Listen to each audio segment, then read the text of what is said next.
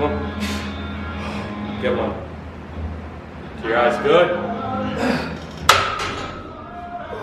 We are definitely over 4 or 5.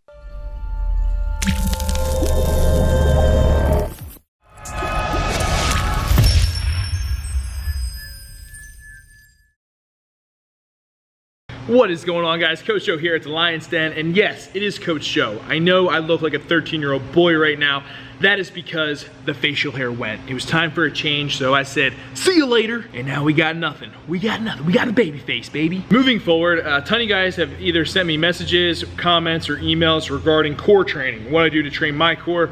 So I figured I'll put together my top 3 favorite core exercises that are a little bit different than the normal sit-up, and hopefully they can help you. These are exercises that really help increase all my main big 4 lifts, as well as my weightlifting, and it's just something that I try to incorporate all throughout my training. So let's dive into it. Disclaimer, abs are definitely made in the kitchen, 100% as well. So it's 100% training, 100% nutrition. If you're eating pizza, burritos, nachos every single day, and you're doing the best core program in the entire world, you're not gonna even see your visible abs. So I just wanted to cover that.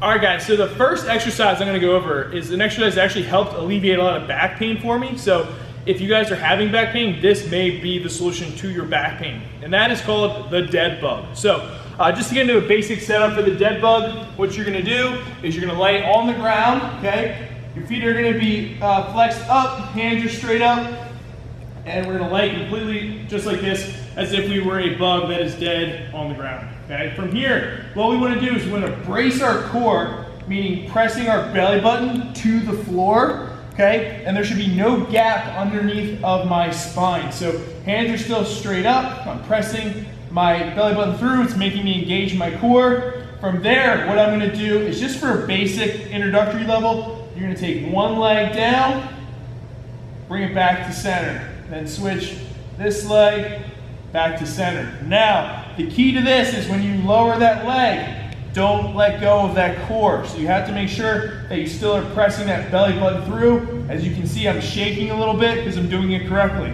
When I'm not, it would just look something like this. And now I'm not really engaging that core at all.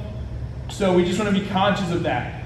To step it up to a level 2, what we could do is bring an arm back and the opposite leg.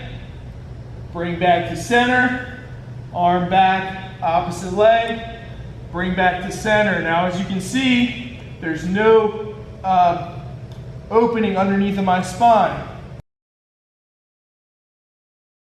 All right, guys, so this is a quick test that you can do if you have a partner. And what you're gonna do is just take either a towel or a t-shirt, and you're gonna lay it long ways, and you're gonna put it right underneath their lower back. Now, if they're doing this improperly, you'll be able to pull the t-shirt out with ease. Now, if they're really bracing their core, okay, getting that belly button driven to the floor, it's gonna be locked down there, you're not gonna be able to pull it. So I'm gonna demonstrate that, and this is something you guys can try on your own.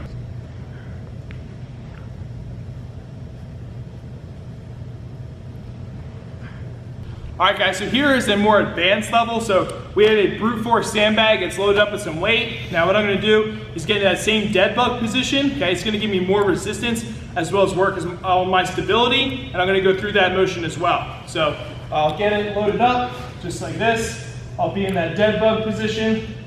I'll reach my leg back, right to center, down, right to center. And this is something you want to be nice and smooth with, so you don't want to be rushing really fast. Okay, take your time, engage that core, and you're really going to find you're going to get great results if you implement this exercise into your training program.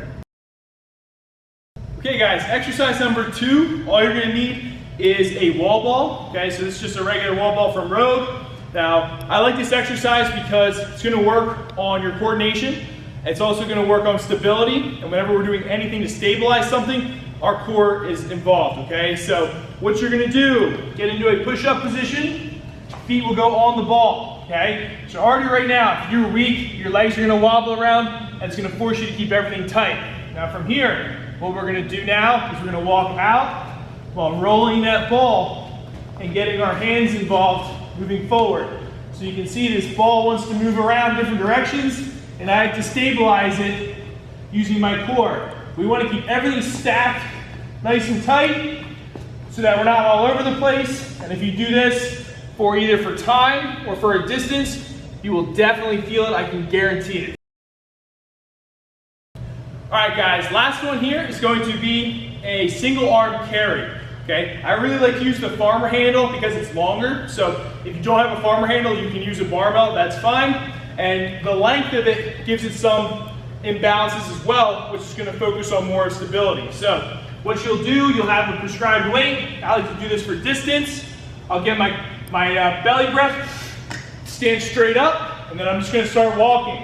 Now as I'm walking, this log is going to try to pull me down, and I have to resist that by using my abs, my obliques, my erectors, pretty much everything, okay? So we'll just continue to walk. Once we get to the end, we'll set it down, spin around, big breath, right up, same thing going back. So if you guys are wondering how far or how long you want to do that exercise for, it all depends per athlete and the weight that you're using. So if you're trying to go really heavy, you're probably going to go 25 yards at the most, okay? If you're going lighter, you can do 50 to 100, and that's just still going to work your core. Now what we don't want to do is have the weight so heavy that we're literally falling over holding that odd object or straining our muscles, okay? So make sure you're picking an appropriate weight that's healthy and it's correct for you to get the results that you desire. All right guys, so hopefully you enjoyed that and you learned some exercise that can help strengthen your core.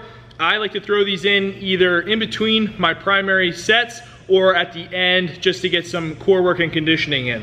If you do these exercises, I can guarantee you over time, you will develop a stronger core. And just because you don't have a ripped six pack does not mean that you don't have a strong core.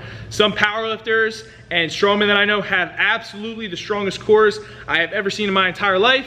Visually, you may not think that, but they do. Anybody who's lifting heavy, lifting big compound movements, all right, you will have a strong core. So throw these in, comment below with what you thought of this video, and if they helped you, make sure to like and subscribe to the channel. You guys are awesome. Thank you so much for watching this video, and I appreciate every single one of you. Keep kicking ass and taking names, guys.